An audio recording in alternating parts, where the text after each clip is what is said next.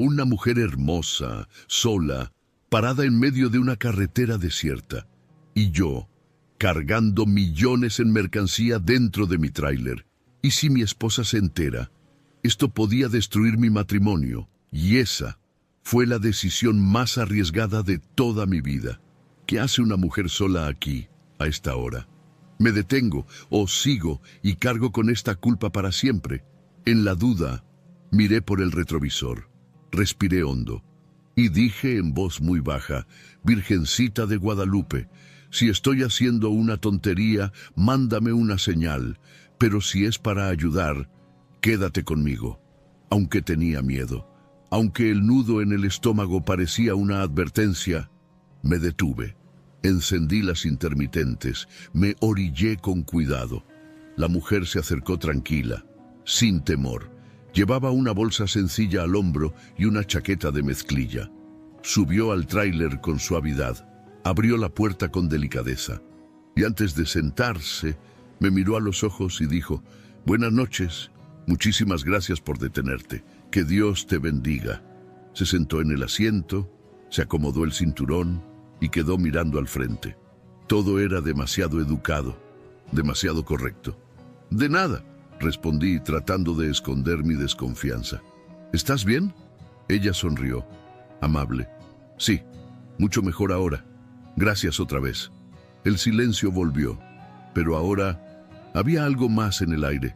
No era solo su forma de hablar, era el control, la precisión, el tono de voz, las palabras exactas, como si cada gesto estuviera ensayado, y lo peor era cómo observaba la cabina, discretamente, sin apuro, el GPS, el tablero, el rastreador, todo, como si supiera exactamente para qué servía cada botón.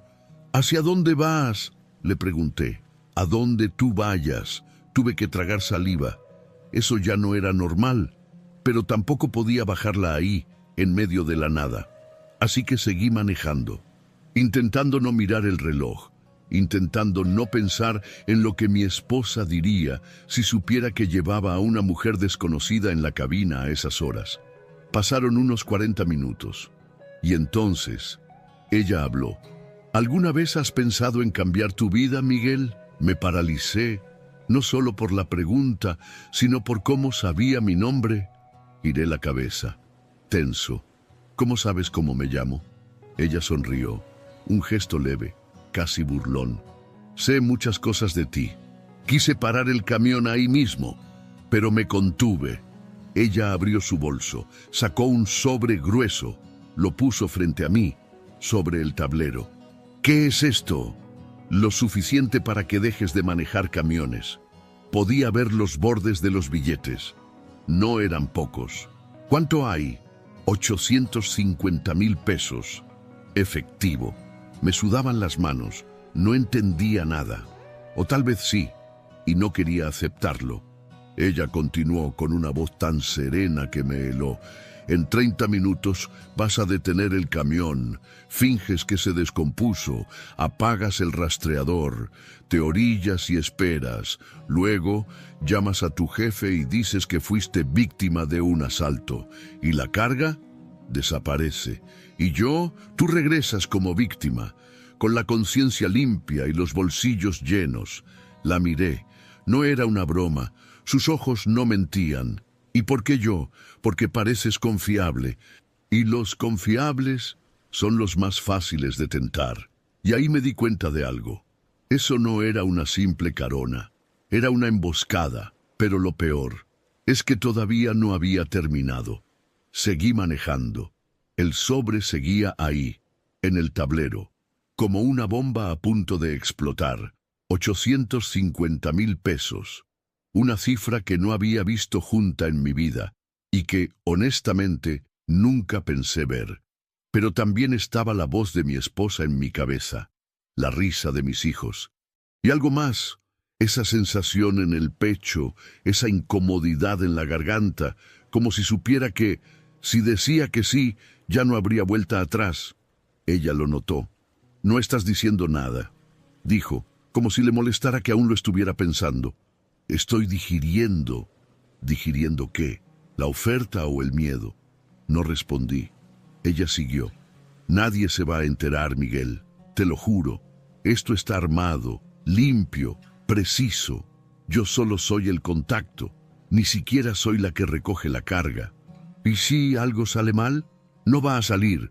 Llevamos meses haciendo esto. Nunca ha fallado. Y tú podrías salir con más que solo este sobre si haces las cosas bien.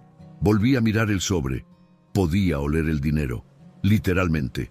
Y ahí fue cuando empecé a imaginar el terreno que quería comprar, la camioneta para mi esposa, una vida sin deudas, sin turnos eternos, sin miedo a que la empresa quiebre, sin seguir siendo el chofer confiable que todos usan, pero nadie asciende. Ella me miró de nuevo. ¿Sabes qué va a pasar si sigues diciendo que no? Nada, vas a seguir igual, años manejando por esta carretera, hasta que un día choques, te enfermes, o simplemente te reemplacen por uno más joven, y ahí se va a acabar todo. Prefiero eso, murmuré, que traicionar lo poco que tengo. Ella suspiró, como si yo fuera un caso perdido. ¿Sabes qué pienso, Miguel? No, pero me vas a decir igual, que te enseñaron a conformarte.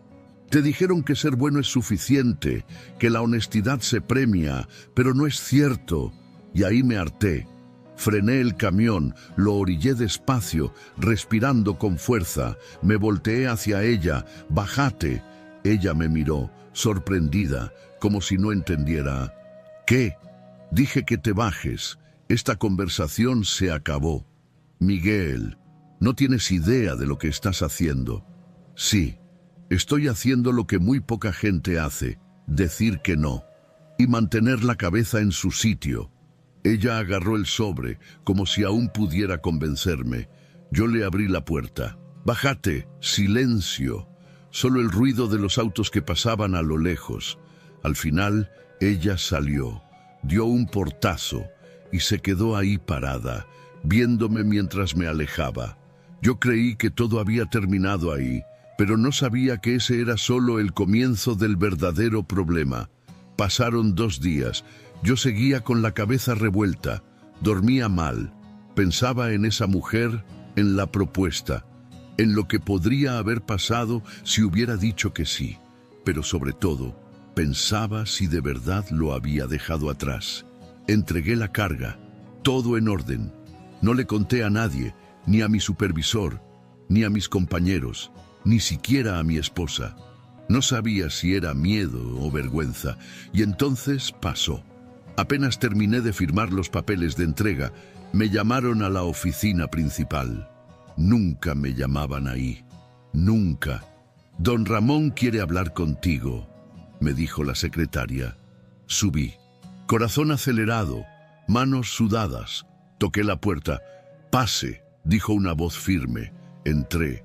Y ahí estaban, don Ramón, el dueño de la empresa, y junto a él, ella, la mujer del camino, pero no era la misma.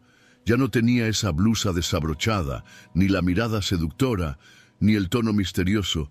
Estaba bien peinada, con un blazer gris y expresión profesional, como si nada hubiera pasado. Yo me quedé helado.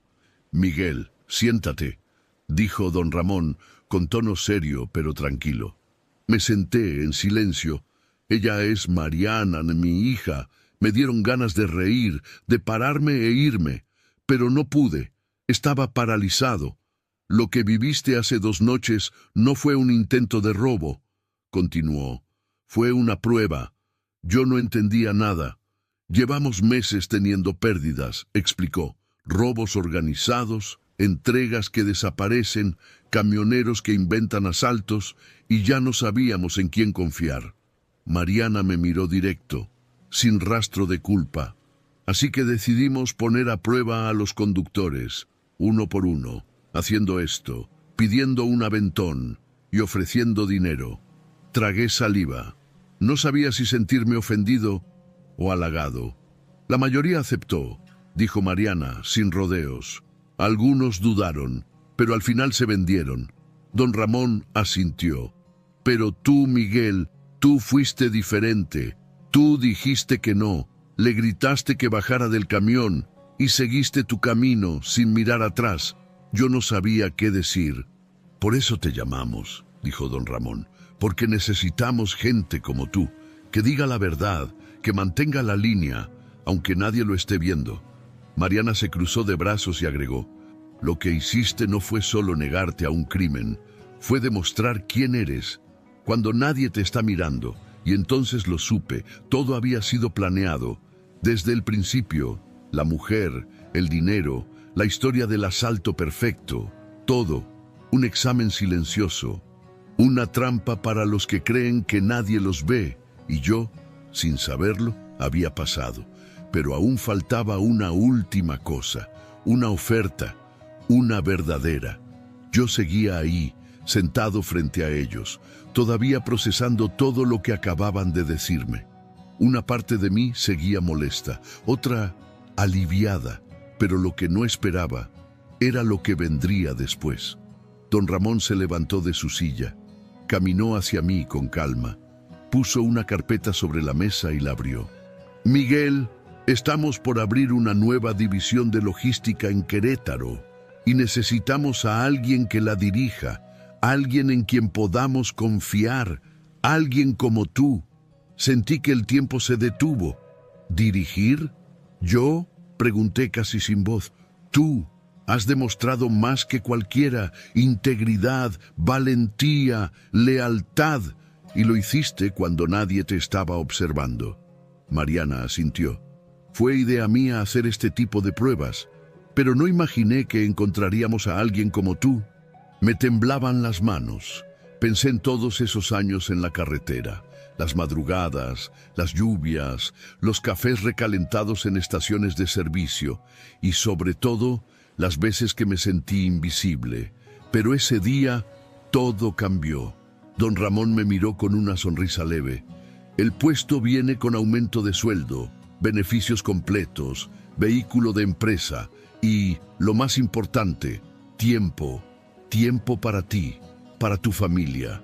Me quedé callado, no porque dudara, sino porque no sabía cómo agradecer, cómo explicar que haber dicho no esa noche había sido lo más difícil y, al mismo tiempo, lo más importante que hice en mi vida. ¿Y bien, Miguel?, preguntó Mariana. ¿Aceptas?